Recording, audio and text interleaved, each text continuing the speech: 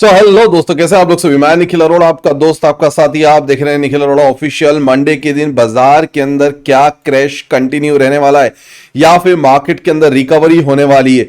बाजार global market की स्थिति बहुत ज्यादा गंभीर है। पूरे वर्ल्ड मार्केट की चर्चा करेंगे। नैस्डैक्स डाउ को लेकर के अगर बात की जाए तो काफी ज्यादा गिरावट हुई। गिरते गिरते बाजार ने मंडे की एंड में ऐसा शायद कोई भी मार्केट नहीं छोड़ा था जो क्रैश से बच गया हो। इवन अगर एशियन मार्केट की बात करी जाए तो पूरा का पूरा एशियन बाजार, जकार्ता, हैंगसेंग, कॉस्पाइक, ताइवान, सबके सब 2-2, 5-5% और इवन जो इस मार्केट की आप बात कर रहे हैं जिसमें 5% की गिरावट हुई, ये कोई और नहीं, ये था कौन सा मार्केट भैया? हाँ, नॉर्थ कोरिया वाला मार्केट। और कोरियन मार्केट के अंदर बहुत ज्यादा, sorry south Korea, south Korea वाला मार्केट, और इसके अंदर सबसे बड़ी गिरावट हुई। ओके, अब बात करें बाजार के अंदर गिरावट क्यों आई। भैया जॉब डेटा आता है। जॉब डेटा के बाद क्या होता है, जॉब डेटा आने के बाद से तुरंत से ही मार्केट के अंदर सबसे बड़ी बात निकल के आती है कि जॉब्स बढ़ गई हैं। जॉब्स बढ़ गई तो लोगों के पास रोजगार आएगा, रोजगार आएगा तो लोग कमाना सीख जाएंगे, कमाना सीखेंगे तो लोग अपने अर्निंग पर लोगों के पास पैसा बढ़ता है तो फिर क्या होता है, महंगाई बढ़ती है। महंगाई बढ़ती है तो भैया महंगाई बढ़ेगी तो क्या होगा, मार्केट के अंदर जो चीजें हैं वो महंगी होंगी। चलो ये बात मान लेते हैं कि भैया इसकी वजह से मार्केट गिरा, लेकिन गोल्ड क्यों गिरा? गोल्ड के गिरने के मेन कारणों में सबसे बड़ा कारण निकल करके आया, वो आया था एलन मस्क की कंपनी के आने वाले आईपीओ। चलो वो भी मान लेते हैं, कुछ नहीं था। देखो कुछ भी नहीं हुआ है।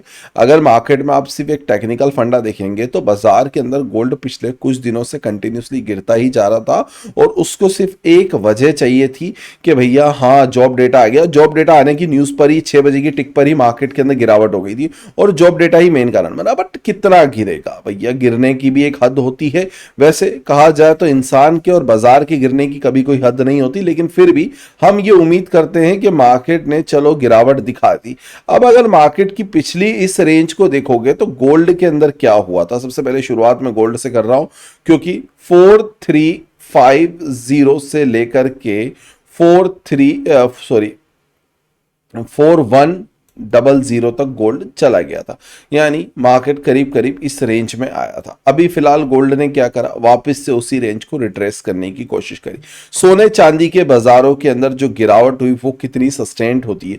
अगर मार्केट 4300 को ब्रेक कर देगा तो फिर बाजार के अंदर प्रीवियस रेंज ओपन हो जाएगी जो कि 4100 के लिए मार्केट को लेकर के जाएगी।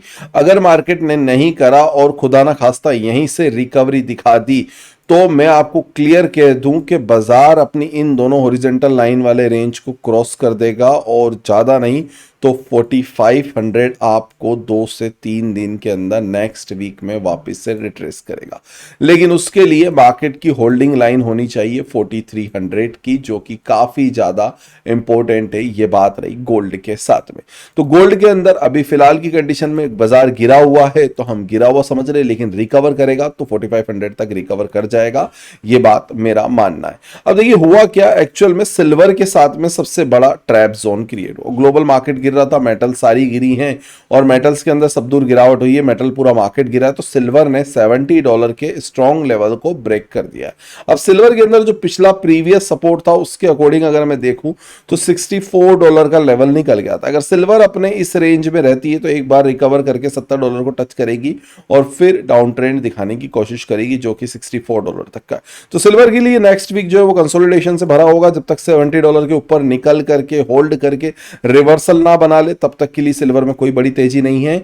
लेकिन फिलहाल की कंडीशन में स्पेकुलेशंस वाले जो ट्रेडर हैं उनके लिए जो इंपॉर्टेंट लेवल निकल के आता है वो $5.5 की रेंज है। मंडे को $64 से लेकर के $70 का स्विंग ट्रेडिंग है।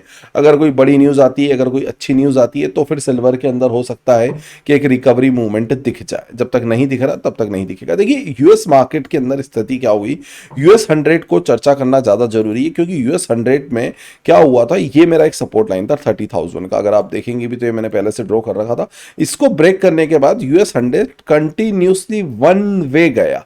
अब ये जो वन वे गया है ये अगर आप देखेंगे तो ये बिल्कुल नहीं रुका है, कंटिन्यूसली 1 2 3 4 5 6 7 8 9 10 कैंडल जितने हमारे 8 10 घंटे जो मार्केट खुला रहा 6 बजे के बाद में, मतलब वहां पर जैसे ही मार्केट ओपन होता है और ओपनिंग के बाद से कंटिन्यूसली मार्केट में गिरावट हुई थी। कंटिन्यूसली गिरावट को बाजार लेते लेते अपने पिछले प्रीवियस सपोर्ट लाइन $28,500 पे ले आया।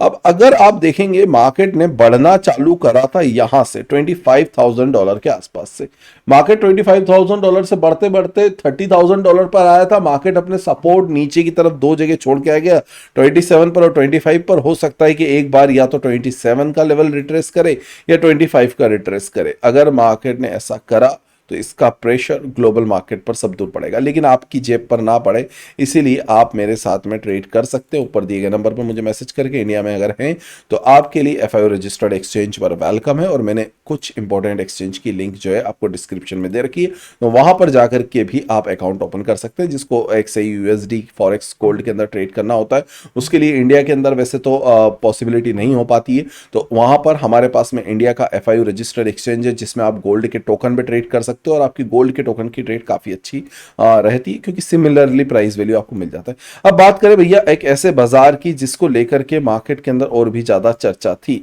काफी ज्यादा बड़ी गिरावट देखने को मिली, नाम आपकी डिस्प्ले पर चल रहा है, और इस बाजार के अंदर जो गिरावट आई वो बहुत तगड़ी थी, तगड़ी गिरावट। और तगड़ी गिरावट का अगर मैं बात करूं तो मार्केट ने जिससे ही 59,000 को ब्रेक करा, मार्केट का सिनेरियो फिलहाल की कंडीशन में और भी ज्यादा डाउन दिख रहा है। रिकवरी के कोई चांसेस नहीं है फिलहाल, जब तक बाजार हल्की फुल्की शॉर्टिंग्स में रिकवरी करता है तो 500 से 1000 USD का मूवमेंट मिलता है, और यहीं पर हमें लेकर के बाहर होना पड़ेगा। सो मंडे के मार्केट को लेकर के अगर ग्लोबली चर्चा करते हैं, हम ग्लोबली मार्केट को देखते हैं तो यहां पर हर तरह का बाजार जो है वो डाउन ट्रेंड में जा चुका है, ओवरसोल्ड जोन पर है। लेकिन एशियन मार्केट की ओपनिंग में ये चार बाजार जो हैं, यानी कि संघाई, जकार्ता, ताइवान, हैंगसेंग, ये चारों मार्केट अगर मंडे को नेगेटिव जाते हैं तो ये ऑल ओवर द वर्ल्ड को नेगेटिव ले जाएंगे, और अगर ये चार मार्केट हल्के से भी पॉजिटिव हो गए तो फिर नीचे से देखिए ये चार बाजार है ना, ये 4-5 मार्केट जो है अगर नीचे से पॉजिटिव हो गए तो हो सकता है कि इवनिंग तक आते आते US भी हल्का सा रिकवर कर जाए। तो होप सो, सब कुछ डिपेंड है अब एशिया के हाथ में, और एशिया सबसे पहले ओपन होता है तो एशिया की टिक चिक सबसे पहले आएगी, और एशिया को देखना सबसे ज्यादा जरूरी है। तो ये मेरा प्रेडिक्शन था मंडे मार्केट को लेकर के।